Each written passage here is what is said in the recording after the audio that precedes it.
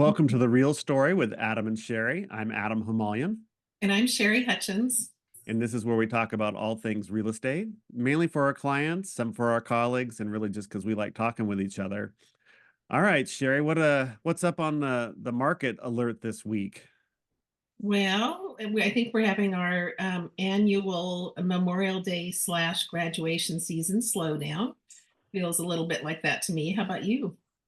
Yeah, it seemed like we got a couple things in contract the week before, which was outstanding. But the inventory, I was searching for one of our clients, and there was like three houses that met their parameters, and they weren't really stringent parameters, but it was, Memorial Day weekend. Everybody was celebrating the holiday, being respectful, but also all those barbecues and everything else that kept them out of town. So nothing new this week.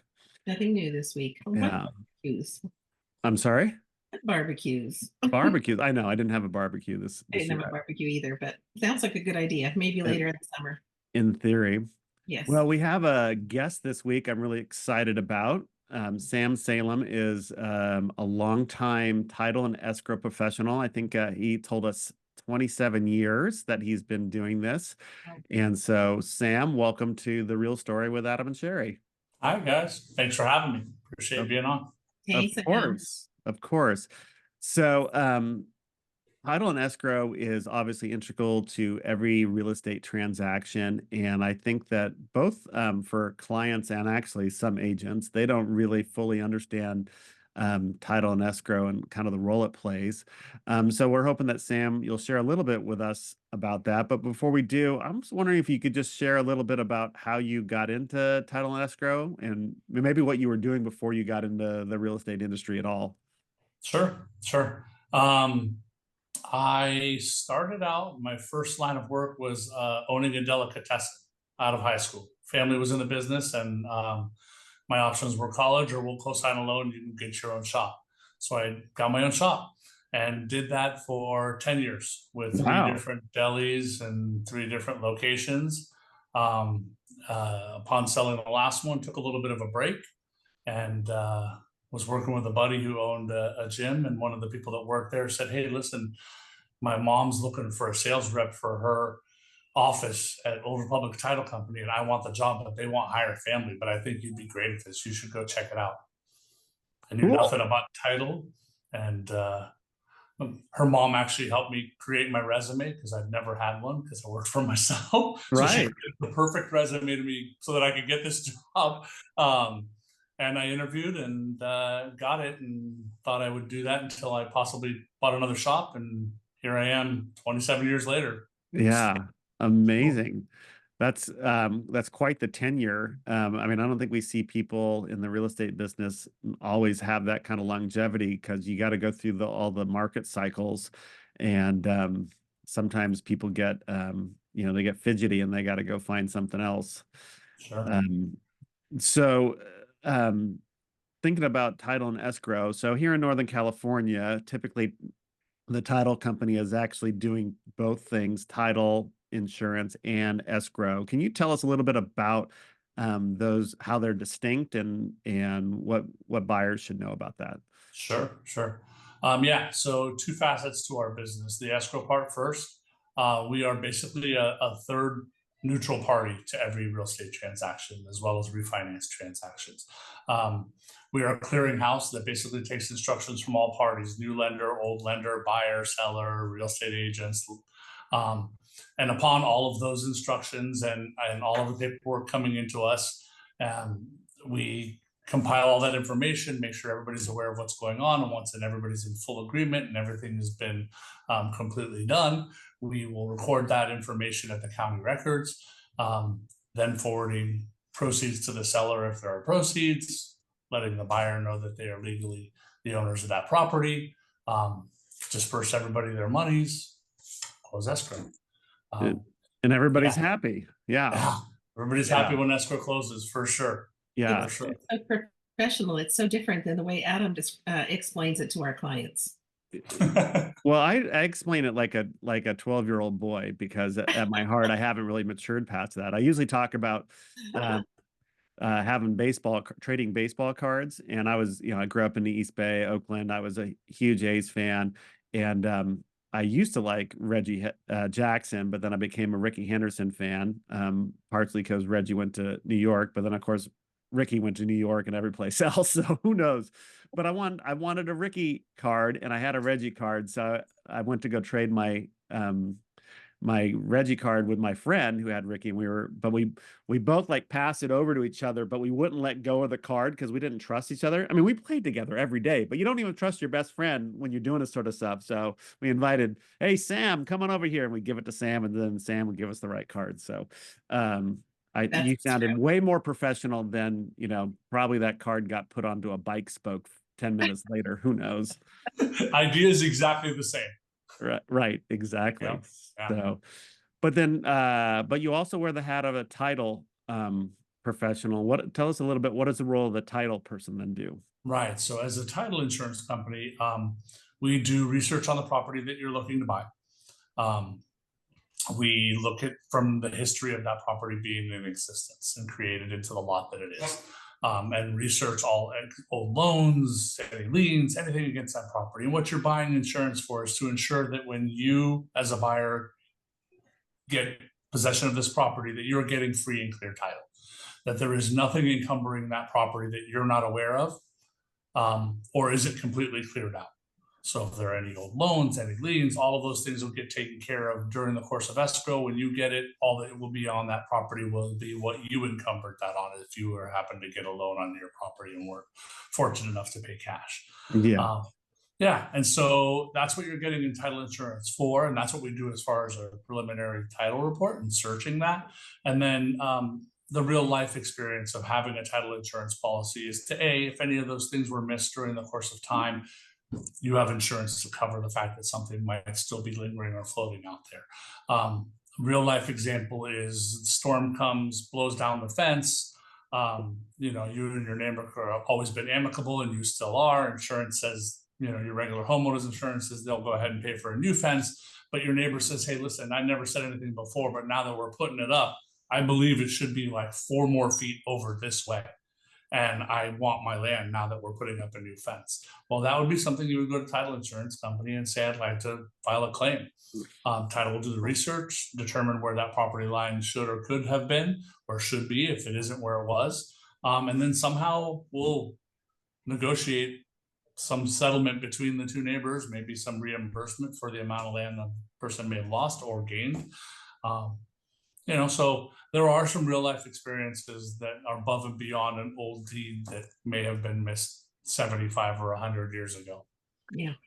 So I know that covered fences and lot lines and things like that. Yeah. So and it's a one-time deal. It's not insurance like you pay for homeowners insurance every year. You do it once, it lasts for the life of the property that as you as an owner have.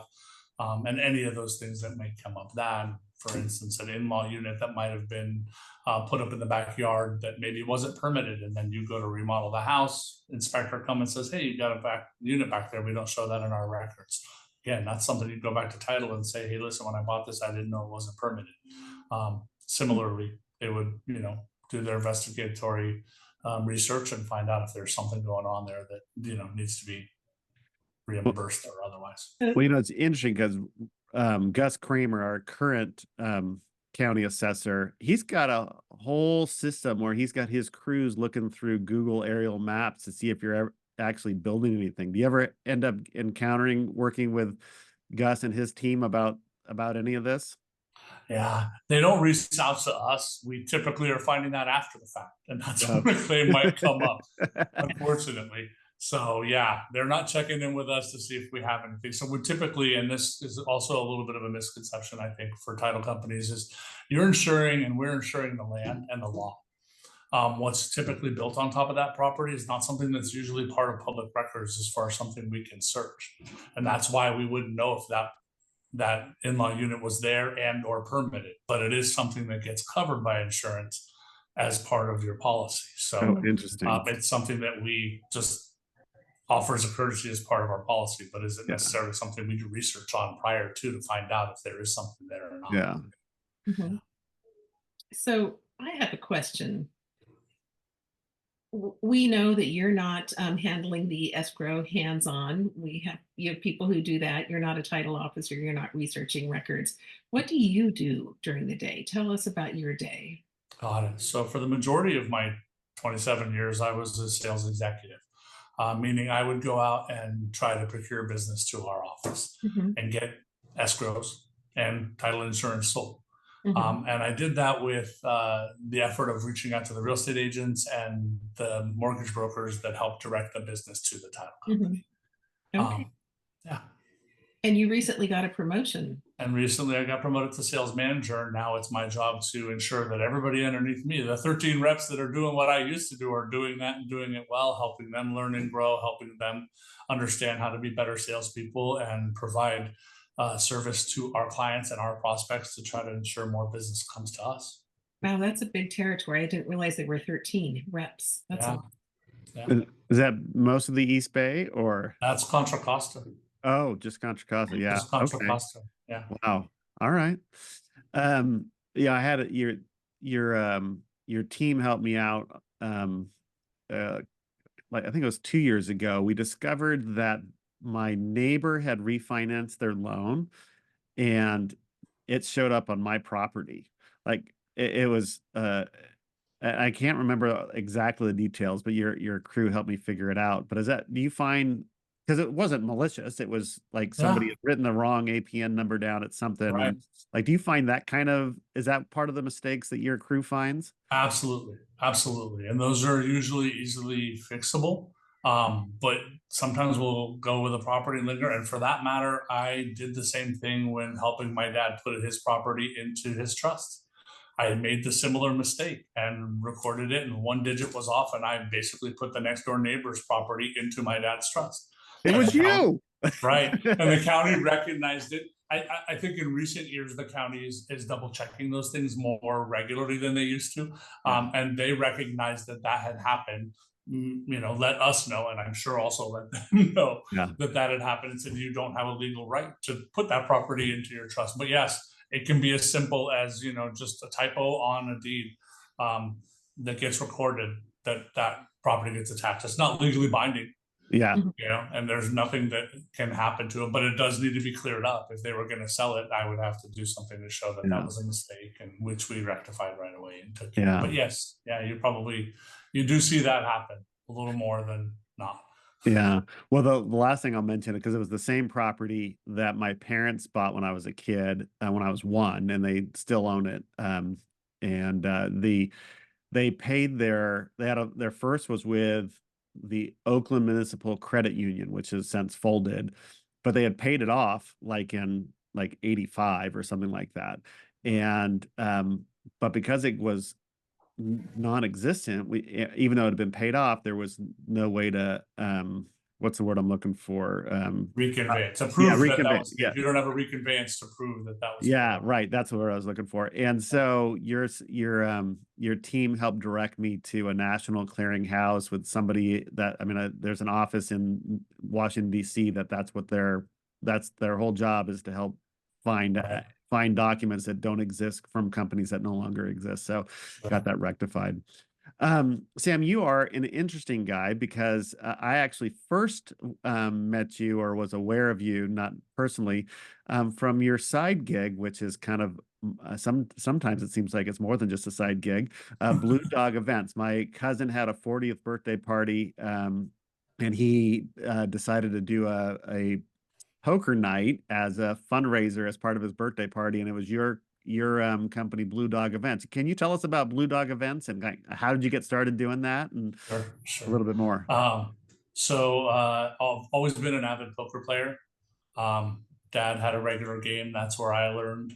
And as I grew up and hung out with my buddies, we played poker and we got to running tournaments and got pretty good at it. And my partner in Blue Dog Events and I thought it would be a great idea to try to do a poker tournament fundraiser for his daughter's preschool.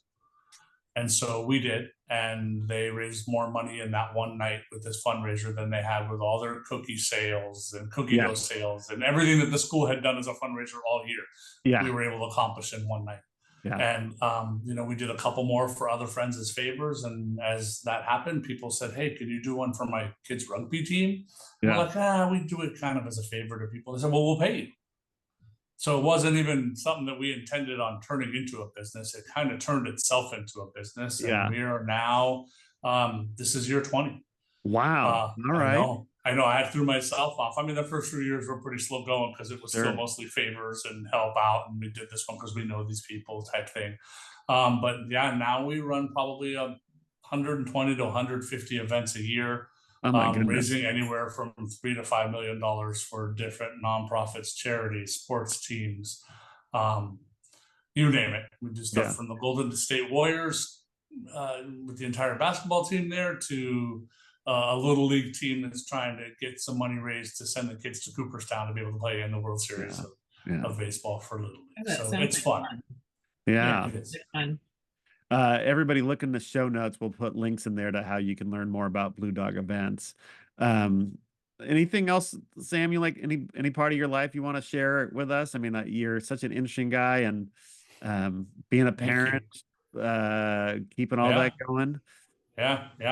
Gonna do a fundraiser for the kids' baseball team. We just started a travel baseball team for my son. He's 10. Oh, nice. So that has kind of consumed most of spring, and now looks like it's going to consume into summer because we've started this travel team. So, I'm having a blast with it. Look at you, the total sports dad. Yeah. It's been a blast, and I don't like to sleep apparently. So I'm just looking to add more things to what I do, which sleep is fun. Is overrated. Yeah. I agree. I enjoy being busy. And I enjoy doing things to help people with Blue Dog. I enjoy doing what I do every day at the title company, helping people fulfill their dreams of home ownership, helping agents be more successful at their jobs. I enjoy helping people. So all of these things lean towards that. And I think that's where I get most of the joy in my life is seeing other people succeed. So I appreciate you and love working with you. Yeah. Thank you very much. You as well. Thank you. Is it time for a speed round? Oh yeah, I think it is. All right, Sam. So this is just real quick questions that you don't have to think about them, just right off the top of your head. So they're all house related. So Home Depot or Lowe's? Lowe's. That's what Adam said too. This Old House or Property Brothers? This Old House. Yeah. What are 3 things always in your trunk? Baseball gear, deck of cards, and some chips. Third thing. What's the third thing?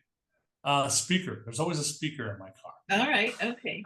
No flyer stands for the real estate No agent. flyer stands. For 20-something years there was, but I have so much less interactive with that the 13 people I manage. Oh, that's right. Their trunks are completely full of flyer stands and boot. That's right. Shoe cover boxes and shoe hand covers. sanitizer. Oh, I love it. Yeah, hand sanitizer. What's your favorite house color? I'm super plain. I like grays. Okay. Yeah. Fireplace or fire pit? Fire pit. Yeah. Granite or quartz? Oh, quartz. And I think this is the last one. DIY or hire a handyman? Oh, I'd love DIY more, but I don't think I could take on that job. I do some. Yeah. But depending on the size of the job. I'm going to say probably more often than not hire someone so it's done right. I can do it, but I want it done right. Done right is important. Yeah. For me, it's whether it's done right, done timely, not so much whether it's done right or not, but is it going to sometime in the next 6 weeks or sometime in the next 6 days? Those are right. 6 months. Or 6 months or 6 years. Yeah, for sure. All right, good. Well, now we know you even better. Yeah. Sam, thanks so much for joining us for our podcast. It's been a pleasure to hear from you. And like Sherry said, there's a reason why we asked you, and not there's other good professionals out there, but we asked you because you are very helpful, and your care and concern both for agents and clients is evident in you and the people that you work with. So thank you for that. With that, we're going to sign off for the week. If you enjoyed The Real Story with Adam and Sherry and our guest Sam, be sure to like and subscribe to our podcast wherever you're listening to it, and be sure to share with your friends. Thanks, everybody. We'll see you next time. Thanks for having me.